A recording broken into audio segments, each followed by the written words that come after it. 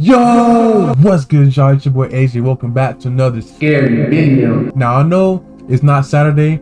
I'm in a horror story mood right now. Now, don't worry, you guys are going to get a double upload today. My treat, this, and another one. So stay tuned for that. Now, this is a new channel on my channel. Their channel name is Mort. Now, Mort, if you're watching this, please don't come out to my channel. Everything's in the description. I'm trying to help a brother out. You know what I'm saying? I'm helping you out. So please don't come after me. Everything's in the description down below. Don't trip. Please, I'm begging you. I'm begging you. 3 crazy roommate horror stories animated. Hey, based off the thumbnail, hey, it look pretty promising. I ain't gonna lie. So grab your snacks, man. I ain't here to waste any more time. So without further ado, man, let's get it.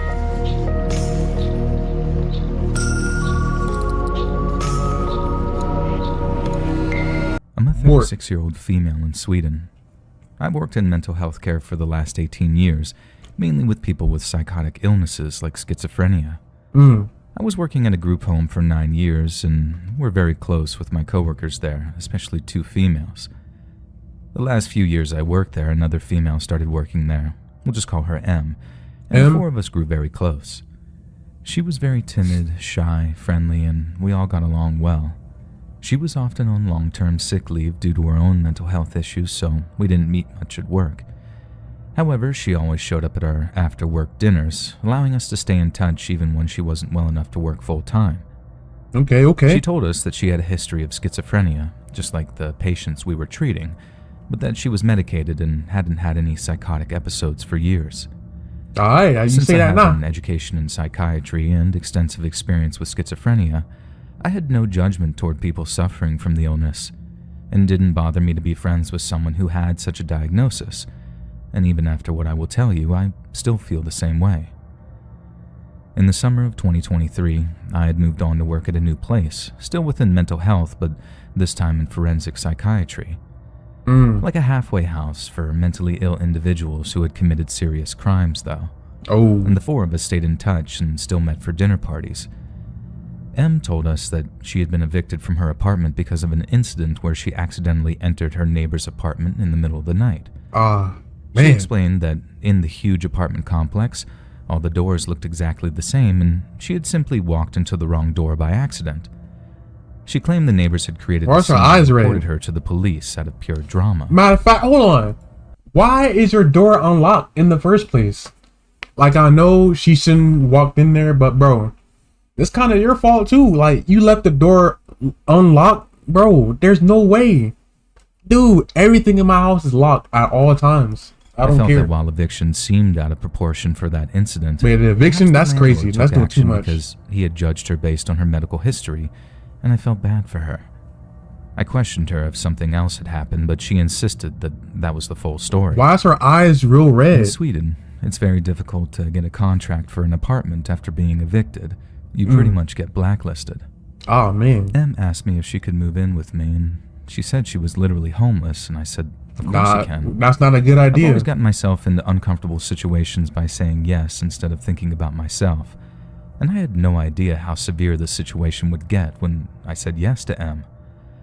I live in a small apartment with 1 bedroom, a living room that only fits a couch and a TV, a small kitchen, and a small bathroom. I also had 2 cats. Like me. We decided Em would live in the living room, and I offered to throw out my couch so she could have the bed there, but she said she was fine with sleeping on the couch. I insisted on giving her a bed, but she declined. There's a door between the living room and bedroom, but only an open arc between the living room and hallway, so she wouldn't have total privacy. I hung up a thick velvet curtain to give her a sense of a door and more privacy. There's another door from my bedroom to the kitchen, so I kept the kitchen door open at night for my cats to go in and out. She wasn't working at this time because she was on one of her long-term sick leaves while I was working shifts. Sometimes I had to get up at 6 a.m. and sometimes I didn't get home until 11 p.m. Dang. I have severe insomnia, need to combine sleep medications, and even then I wake up easily. I told her I would appreciate if she could try to stay quiet on nights when I had to get up early, but that it was fine to be loud when I was off of work or doing evening shifts. She was a heavy smoker and coffee drinker, so I bought her a coffee machine to make her stay more comfortable. The coffee machine and sink are placed right outside my bedroom door in the small kitchen. The first night together, I had to get up at 6 a.m. for my shift. As usual, I had a hard time falling asleep. Em had been up several times that night to smoke, waking me up each time. At 5 a.m., she started making coffee and the noise woke me up completely. I asked her nicely why she was waking up so early, wondering if she had any plans. She said she couldn't sleep. I explained that I really needed that last hour of sleep because of work and asked if she could wait until 6 a.m. to make coffee. I also mentioned that my epilepsy gets worse when I don't get enough sleep, and I was at risk of having seizures at work if I didn't sleep enough. Oh. She said that she wanted coffee with her cigarettes, but would try to wait next time I can't get over her eyes, man. Why does it look like, bro? I know she got schizophrenia, but bro, does your eyes turn red if you have that? Bro, I have so many questions right now. Had to work. She looks scary. Despite this, she continued to wake me up early in the We're morning up to no good. the nights, insisting that she needed coffee with her cigarettes. Look, it's normal now. I suggested making coffee the night before or drinking iced coffee or Coke instead, but she refused. She demanded silence at 10 p.m. because that's when she wanted to sleep, and I respected that. She also had moments of binge eating, emptying my fridge and pantry. Once, she ate an entire loaf of bread within 30 minutes of me leaving the apartment, promising to replace it once she got money. I'd also told her to feel at home, so I couldn't really get mad, but it started to annoy me because of the cost and inconvenience. Bro, don't be like her, man. Like, bro, I understand you helping her out, like, staying at your place. I get that, but she's not working right now. She's not making any money. She scooped up the whole fridge. Your whole fridge is empty right now. You just said she ate a whole loaf of bread when you left. Like, bro, that's a red flag. Bro, she gotta get out of there, man. Ain't coming over here eating up all my food, staying there all day, we're not working. No, you're not paying no bills. Like, bro. I had long black hair that was everywhere, on the sink. I knew that was a bad idea. I'm not a clean freak, but it was unpleasant. And she also left fingernails and toenails on the bathroom floor. Just disrespecting your stuff, man. On the toilet seat. I saw a silverfish on the bathroom floor. A silverfish? Which feeds on hair and nails, likely enjoying its dessert. I initially tried to imply the need to clean by putting a broom and shovel in the bathroom, but it didn't work. You just tell her. I eventually asked her nicely if she could clean the bathroom floor more often, using we instead of you to avoid making her feel attacked. She promised to think about it, but bro, her changed. eyes, man. I started dating a guy and was head over heels for him. He was also in a roommate situation, so we had a tough time getting alone time. I asked him if we could have one night to ourselves occasionally, but she could have the apartment to herself as well. She claimed that she had nowhere to go, no friends or family. I wasn't asking for 24 hours, just a few hours for quality time. And she eventually accepted after some persuasion and stayed with a friend one night while I stayed away the next week to give her. You just said she don't have any friends or family, but she went with a what? Bro, there's something up with her. Like, bro, I know it's schizophrenia, but like, bro, I feel like there's something else too. Like, I don't know. I can't put my finger on it. Alone time. One morning, I found my cat's water bowl completely dried out. There was no spill, and it looked wiped out with a towel or paper. I had filled it the night before. She claims that the cats must have tipped it over, but there was no evidence of a spill, and my overly social cats began to withdraw from her, spending most of their time in my bedroom, which was unusual. Those look like my cats. I had an old saucepan from Literally, the 60s that meant same a lot color to me because it was my grandmother's and held nostalgic value. She burnt it and made no attempt to clean it, just left it on the stove and went out for a smoke. The worst roommate ever. I found it ruined and cried, and she didn't even apologize. She also broke dishes several times without replacing them or apologizing, and this added to my frustration.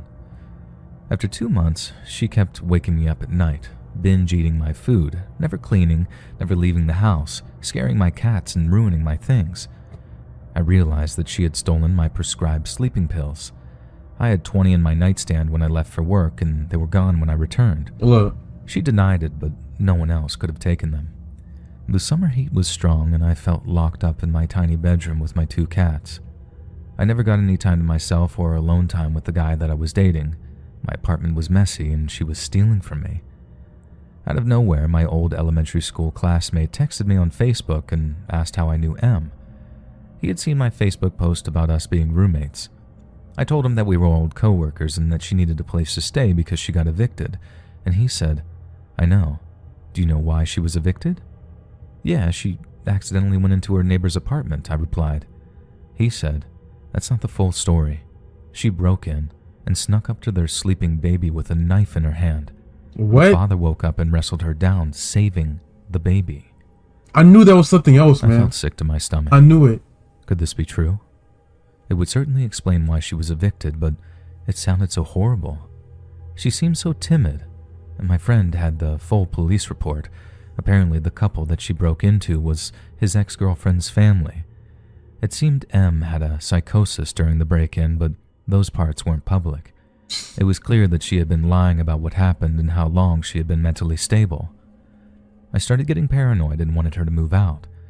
We had a contract with a 30-day notice period.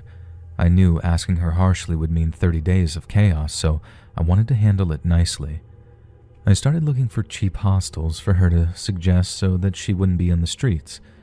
I sat down with her and explained that I missed my alone time and the apartment was too small for 2 people. I said it wasn't personal and that I wouldn't want to live with anyone right now. I expressed regret and hoped that we would remain friends. She's not going to like that. She looked crushed and said it wasn't possible.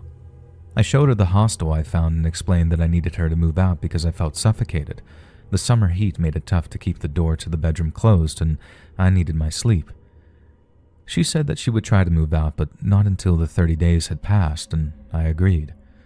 Bruh. The first night after our talk, she gonna do something diabolical. Made coffee at 2:30 a.m. I nearly had a mental breakdown. I was going to get up at 6 and couldn't go back to sleep. I asked her in the morning for probably the 10th time to wait until I got up to make coffee, but she didn't even answer. She just sat on the sofa and stared out the window. I was freaked out, but left for work. She kept being weird, making a mess, waking me up, eating my food, and all I could think about was the incident with her and the baby and the knife. Eventually, I got so angry about being woken up by the coffee maker that I unplugged it and stored it in my attic, which she had no access to. It may be childish, but I was going crazy and just wanted her to stop. The next night, I woke up at 4 a.m. to her making coffee in a saucepan. What? I tried talking to her again, but she just stared and didn't reply. In my frustration, I stored the saucepan in the attic too. The third night, she gonna use a flower pot? Was sleeping over because I was getting really paranoid about her weird behavior. I woke up to him poking me, whispering, "Look." In the doorway, M was just standing silently, staring at us. Bro. It was like a scene from a horror movie with her long black hair over her face. I didn't say anything at first, wondering if she was doing something by the door, but realized that she was still just standing still, staring. It reminded me of the ending of Paranormal Activity where Katie just stares at Micah. I sat up and said, "What are you doing?" But before I could finish, she slammed the door shut and I heard the sound of something metal falling and her running into the living room. I yelled, "You need to leave!" and just started crying hysterically because this was turning into a literal nightmare. Doing that every night. Of course, I didn't go back to sleep and was really happy to have company that night. I kept asking myself if she had done this before, staring at me in my sleep. Every night.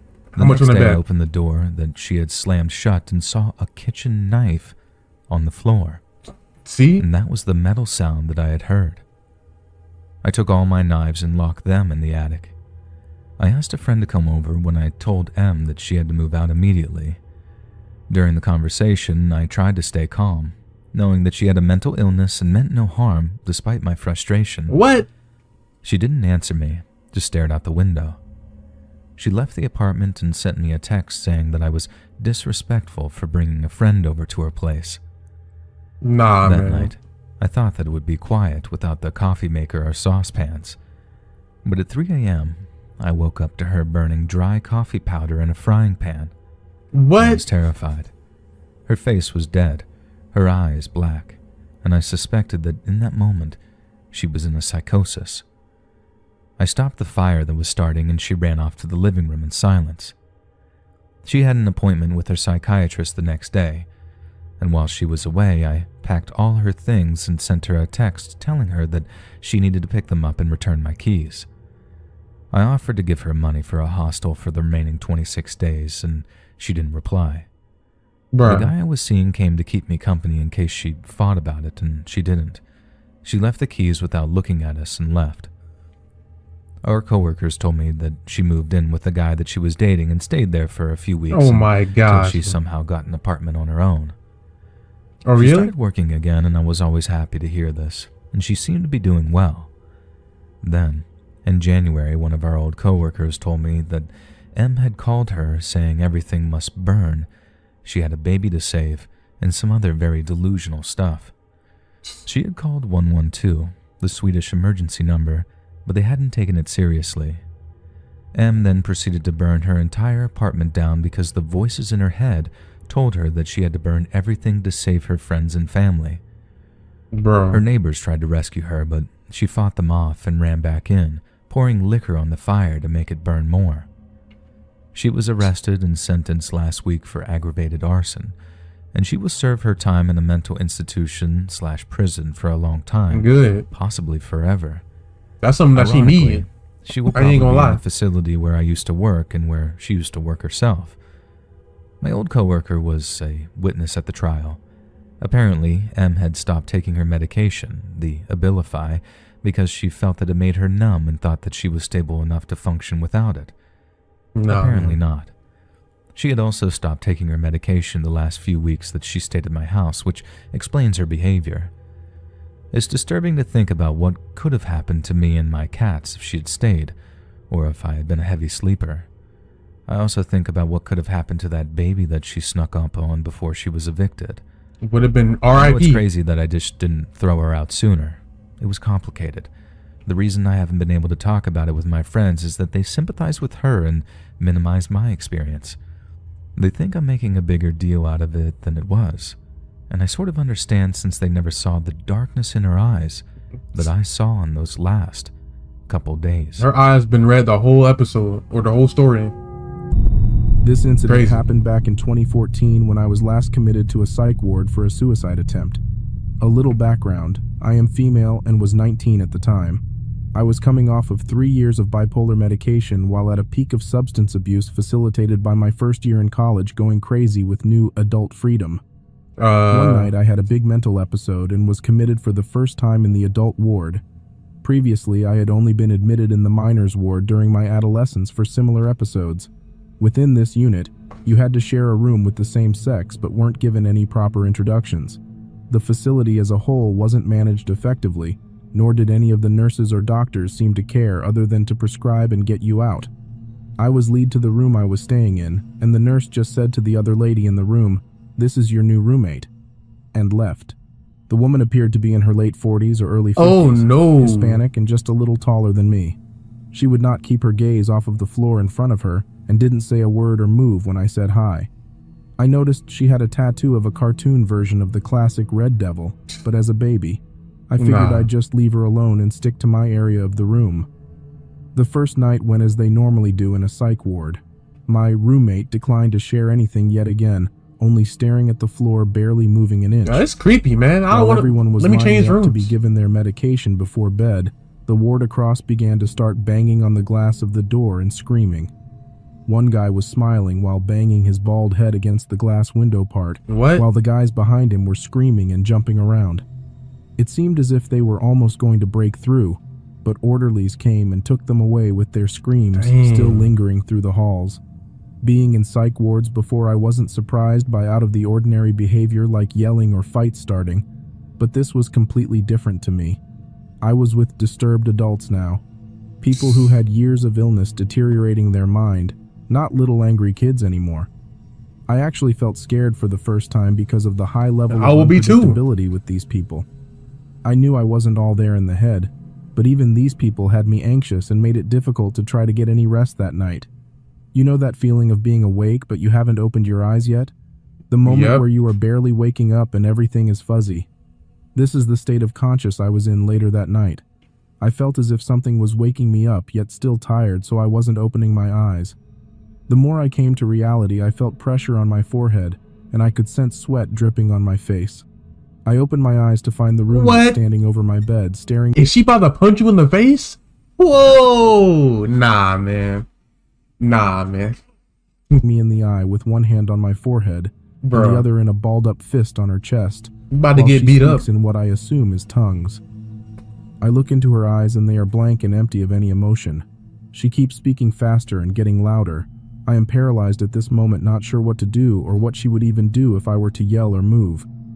It was only us in the room, and the nurse's station is all the way at the end of the hall. She look kind of She swole, I started ain't gonna wiping lie. the sweat off my forehead while still speaking fast and erratic, and I wasn't sure what she was doing or planned on doing next. She then put both hands on my forehead, Bro, stop and at this touching me, point was man. screaming while shaking me, but not long before a nurse came in and took her off me. The nurse seemed more irritated that she had to get up and do her job, rather than concerning of how I was doing or feeling. She escorted the woman out and said to don't worry and just go back to sleep. I don't know how, but I managed to fall back asleep. That's I crazy. assume she got transferred to the more severe ward because I did not see her again the next day, and luckily, I was able to leave later that day.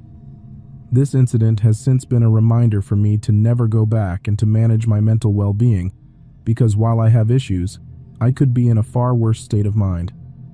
I still wake up some nights with lingering anxiety and have to calm myself down to go back to sleep. When I was accepted into a college that was far from my hometown, I didn't really know anyone else who lived there. The college I went to didn't have dorms, but they did have apartments that they suggested students live in due to the proximity to the college. I was pretty broke at that point, plus I wanted to meet some new people right away, so I chose my apartment largely due to a roommate matching service they had. Basically, you fill out a questionnaire about your demographics and hobbies, and the service would match you with roommates that were compatible with you. Mind you, I chose this particular apartment despite the 1-star reviews I saw across the board online. 1 star? I mean, they were under new management, and it was only a year lease. It couldn't be that bad. I was matched with another guy in a 2-bedroom, 2-bath apartment. I was so excited to move in and meet him. I moved in a few days after the lease started, probably about 3 weeks before school started, and already began regretting my decision. The apartment was and smelled like mold and old cigarettes. In fact, there was a used ashtray on the coffee table when I first got there. My new roommate didn't show up for about a week. When he did finally show up, I found out Ain't no way, bro. First off, they shouldn't have boy girl in the same room. No, there's no way. That shouldn't be allowed. And second off, bro, this dude is in his late 40s. Look at this dude, man. Eyes all red. Like, bro, this dude, he looks homeless. Like, bro, he look like he doesn't belong there. 35 and didn't even go to my school. Exactly. He was pretty scruffy and smelled like old cigarettes and BO. Eventually, I found out that he used to be homeless and took out student loans to afford the application fee and first few months' rent. I would have changed But he rooms, never man. enrolled in classes. After the first few months, he stopped paying rent, and it took about 6 months for the property to finally evict him. While he lived in my apartment, he never changed his clothes.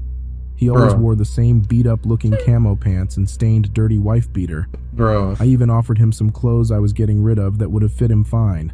He was content though, so whatever. He would also have a lot of his old roommates from when he lived at homeless shelters over. It wouldn't be uncommon for me to come home to a random person doing laundry, even when my roommate wasn't home. When I would have a guy over to hang out in my room, he would watch us walk from the front door to my room through a crack in his door, dude, it's so just creepy. wide enough for me to see the creepiest look on his face. Literally every time. Needless to say, he gave me the creeps. A few months after school started, and after I was noticing his creepy behavior more and more, I was in my room asleep with a guy I was talking to at the time when I hear a knock on my bedroom door. His shirt off? I look to the clock and it's about 3 in the morning. 3 I get a.m.? up to go see what whoever it was wanted and open my door to a random dirty and old naked guy. That's somebody else? He says he's a friend of my roommate and thought my roommate was in my room with me. I flipped out. Bro. Obviously my roommate isn't in my room with me. In order to get into my apartment, my roommate would have to let him in. And the apartment isn't very big, so it wasn't like my roommate could have gone somewhere else that his friend wouldn't know where he was. He was either in the living room or in his room. I throw this dude out and let myself into my roommate's room. This is the first time I've been in there, mainly because I have no reason to associate with him, and he's sitting in the corner doing absolutely nothing with his lights off, almost as if he was waiting for me to come in there. I ask him about everything that just happened, and he tries to play dumb like he didn't even know the guy. Someone had to let him in, and it wasn't me. I drop it Left the door begrudgingly unlocked? because the eviction notices are piling up on his door. I figure it's just a matter of time until he's gone. In the meantime, I see the naked dude randomly in the apartment doing laundry a handful of times when I would get home from class. Finally, my roommate is evicted, and I think I'm done with that, and maybe we'll get another roommate that is actually my age or cool. A few weeks go by that are more or less quiet. Then one day I hear a knock at the front door during the day. When I answer it, I see the random naked dude standing there, What? thankfully clothed this time, with a trash bag full of what looked like disgusting laundry.